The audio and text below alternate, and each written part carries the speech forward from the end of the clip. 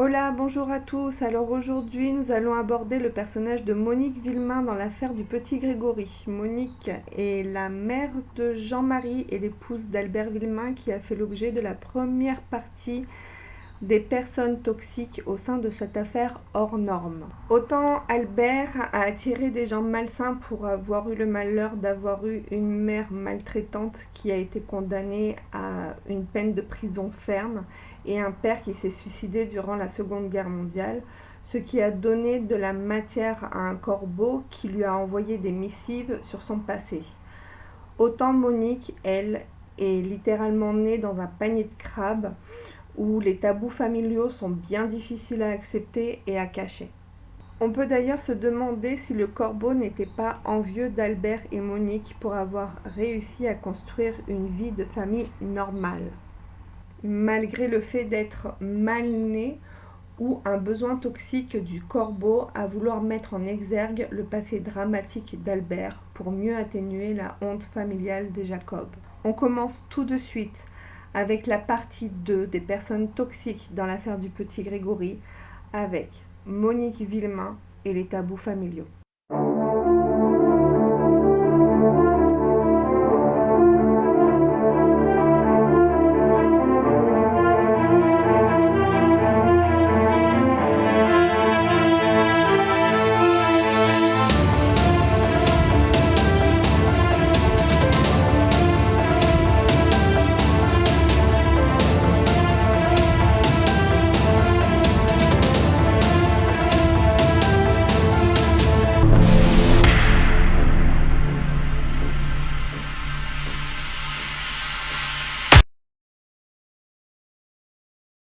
Je vous préviens, avant de commencer cette émission, il va falloir bien vous accrocher sur la compréhension de comment est établi l'arbre généalogique de Monique.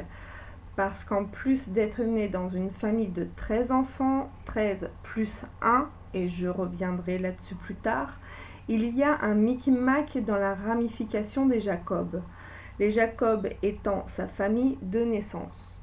Sur ce, pour vous aider à comprendre mes dires, je vais illustrer cette vidéo avec des arbres généalogiques déjà établis, des photos d'archives et des illustrations que j'ai élaborées pour vous.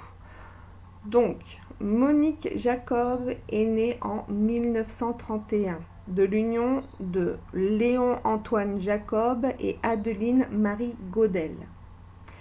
Elle est la 7e d'une fratrie de 13 enfants et avant d'aborder son mariage avec Albert, il est important de faire un état des lieux de la famille où elle est née. Et pour cela, rien de mieux que l'interview faite à Michel Marie sur RTL pour vous planter le décor.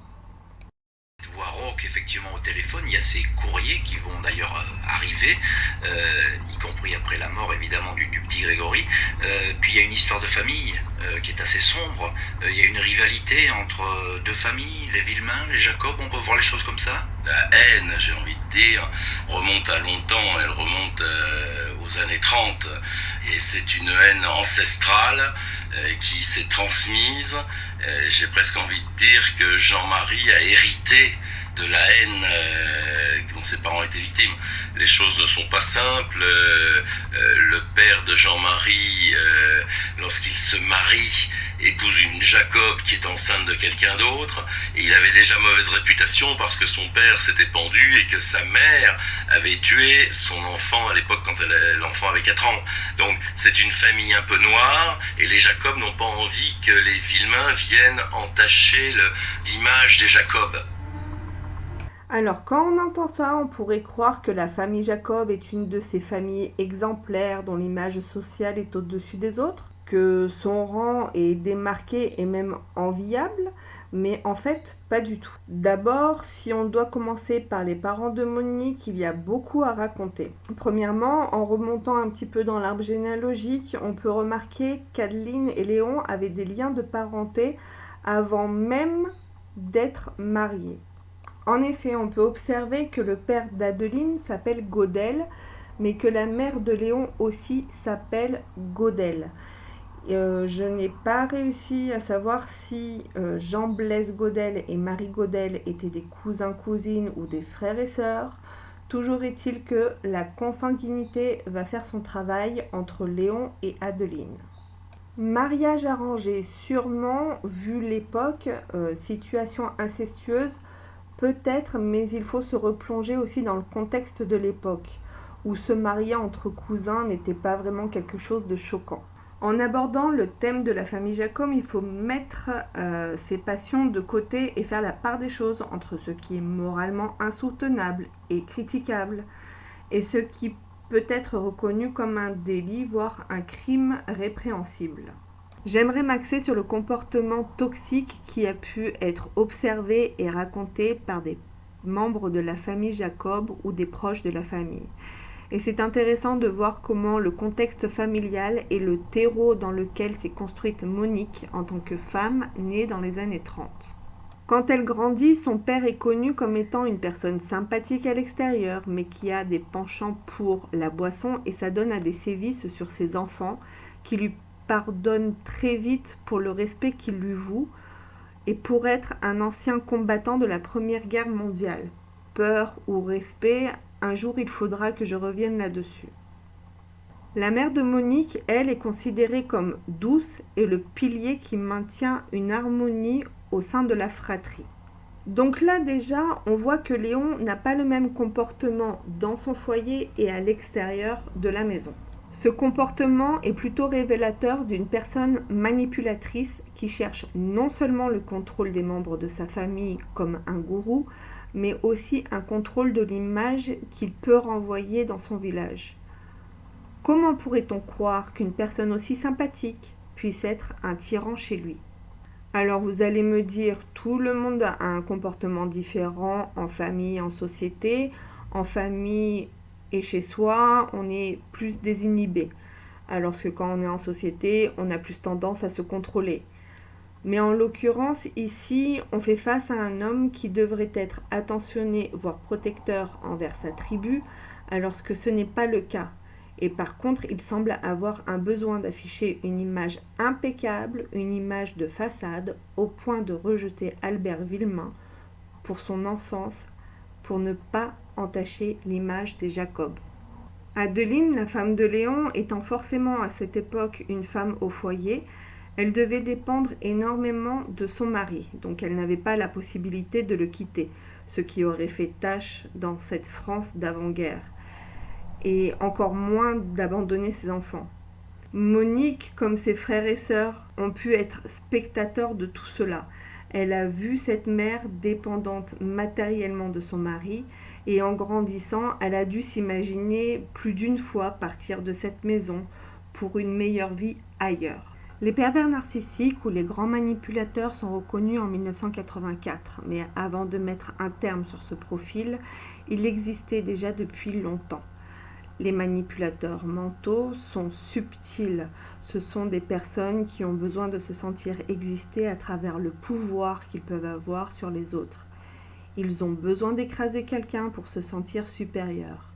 Et pour Léon, sa victime a été toute trouvée avec Albert, un jeune qui a été baladé de foyer en foyer après la mort de son père et l'abandon de sa mère maltraitante. Les manipulateurs sont sympathiques aux yeux de tous, mais quand la porte se ferme et que le bourreau et ses adeptes se retrouvent en huis clos, les regards changent, les attitudes se crispent et les mots sont durs. La haine que Léon a nourrie contre Albert, il l'a forcément transmise à ceux qui ont longtemps vécu avec lui, surtout ceux qui l'ont peut-être considéré comme un bon samaritain. Avant d'aborder le clan malsain que Léon a réussi à former, on va devoir parler de Thérèse, une des grandes sœurs de Monique. Thérèse se marie avec Marcel Laroche et tous deux vont avoir un bébé le 23 mars 1955. Malheureusement, Thérèse décède au lendemain de son accouchement de complications. Mais elle aura le temps de nommer son fils Bernard Albert Laroche. Dans la famille, un doute naît concernant le choix du deuxième prénom. On saura plus tard que Monique avait surpris Thérèse et Albert Villemain ensemble dans un lit. Rumeur familiale ou fait réel, seuls Thérèse, Albert et Monique savent la vérité. Mais le doute de savoir si Bernard aurait pu être le fils caché d'Albert a toujours plané au sein de la famille, même si bien plus tard des tests ADN ont bien confirmé que Marcel Laroche était bien le père de Bernard.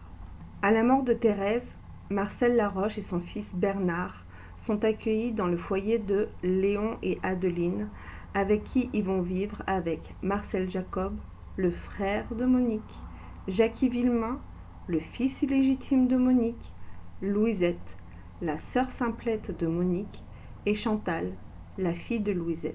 À partir de 1955, un nouveau clan est formé. Pour ce qui concerne Louisette et Chantal, nous y reviendrons plus tard, puisque ces deux personnages peuvent apparaître à première vue comme des personnages anecdotiques, mais malheureusement elles sont bien plus que cela, puisqu'elles renferment un secret de famille que Léon aurait bien voulu cacher.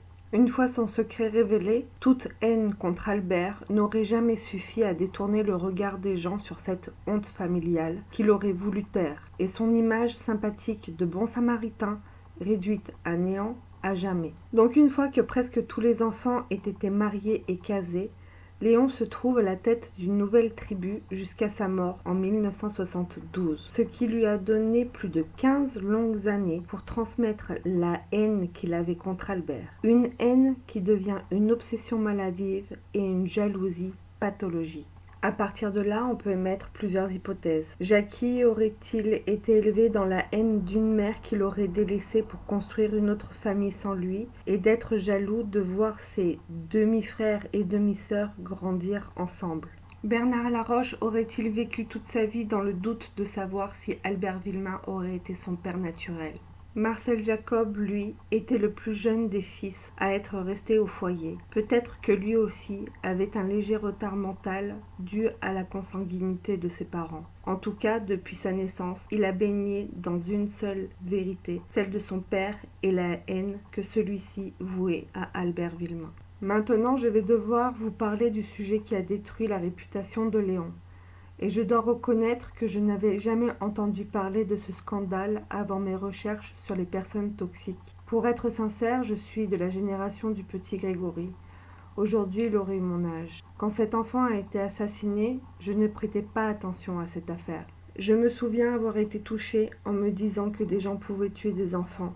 Je me souviens de ma mère qui avait été prise aux tripes en apprenant dans les journaux télévisés que la victime portait le même prénom que mon frère. Pour moi, les années ont passé avec des piqûres de rappel dans les années 90 et le scandale que cette histoire avait provoqué avec l'incarcération injustifiée de Christine Villemain et les espoirs que les avancées scientifiques pouvaient offrir après des années de errance juridique. En gros, je suis de cette génération qui voit l'affaire Grégory comme un mythe juridique qui a marqué l'inconscient collectif. Une affaire qui a eu son lot d'erreurs, de suspects impalpables, et d'effervescence de journalistes assoiffés de scoops et de titres racoleurs. Mais c'est en faisant des recherches, en m'intéressant aux côtés de l'histoire des hommes, plus que du côté logistique du crime en lui-même, que j'ai découvert la nature d'une famille où règne une haine latente, un besoin viscéral d'avoir un bouc émissaire pour étouffer la honte d'un tabou. Nous allons en effet devoir évoquer l'histoire de Louisette et Chantal. Louisette est la petite sœur de Monique. Elle naît en 1935 et sa condition physique et mentale sont le résultat logique de la consanguinité de ses parents. Son retard mental lui vaut le surnom de Louisette la Simplette. Et son quotidien tourne autour de la ferme familiale et son cercle social se réduit à ses parents et essentiellement le nouveau clan que Léon a formé comme nous avons pu le voir. Quelle ne fut la surprise du village quand Louisette, jeune célibataire n'ayant aucun prétendant reconnu au vu de sa déficience intellectuelle, met au monde une petite fille qu'elle nomme Chantal. Les gens jasent jusqu'au jour où Louisette dévoile l'identité du géniteur de Chantal, qui n'est autre que son père Léon. Face au scandale et malgré une enquête des mœurs, Léon nie les accusations et proclame que l'amant de Louisette n'est autre que Albert Villemain, son ennemi juré. Les affabulations de Léon ne passent pas, ni au sein des autorités qui envoient Léon en cure de désintoxication, ni au sein des membres de sa propre famille. Monique défend son mari en affirmant devant les gendarmes que Léon est bien le père de Chantal. Cette information vient directement d'Adeline, sa mère, qui a cédé sa place dans le lit conjugal à sa fille. Imaginez le malaise qui devait régner entre ces murs. Une mère qui reste au domicile et accepte la relation incestueuse entre son mari et sa propre fille. Marcel Jacob n'a que 8 ans quand Chantal voit le jour. Marcel grandit avec l'idée que c'est normal qu'une fille partage le lit de son père. Il grandit avec la haine que son père a alimentée contre Albert Villemain. Cet homme s'est construit sur des valeurs immorales qui n'ont jamais vraiment eu de conséquences graves, puisque Léon n'a jamais été incarcéré pour avoir abusé de sa fille Louisette. Le fatalisme de sa mère, Adeline, n'a sûrement pas aidé Marcel à remettre en question les actes de son père. Et le manque de réaction de la fratrie, qui a voulu mettre sous le tapis cet opprobre, a sans nul doute conditionné Marcel Jacob à définir que le déshonneur de la famille ne vient pas de Léon, mais bien d'Albert Villemain, fils d'une taularde et meurtrière d'enfants et d'un homme qui a commis un crime impardonnable, le suicide. Le parallèle est d'ailleurs intéressant car le Corbeau évoque bien souvent le passé honteux d'Albert, mais fait bizarrement l'impasse sur l'inceste de Léon. 2 poids, 2 mesures. Il est toujours plus facile de rejeter sur les autres ce que l'on peut se reprocher à soi-même. Entre Marcel Jacob et Albert Villemain, lequel des deux devrait être plus honteux des actes de ses parents? Mes théories ne sont que des analyses résultant d'observations que j'ai pu faire avec mon recul sur l'affaire, mais surtout des articles de presse et la lecture de procès-verbaux. Bien souvent, les comportements humains sont bien plus révélateurs, mais n'apportent rien sur le plan juridique ou des preuves matérielles. Le meurtre d'un enfant de 4 ans est devenu l'apothéose d'une histoire de famille sordide qui a accumulé tout ce qu'il y avait de plus noir chez les êtres humains.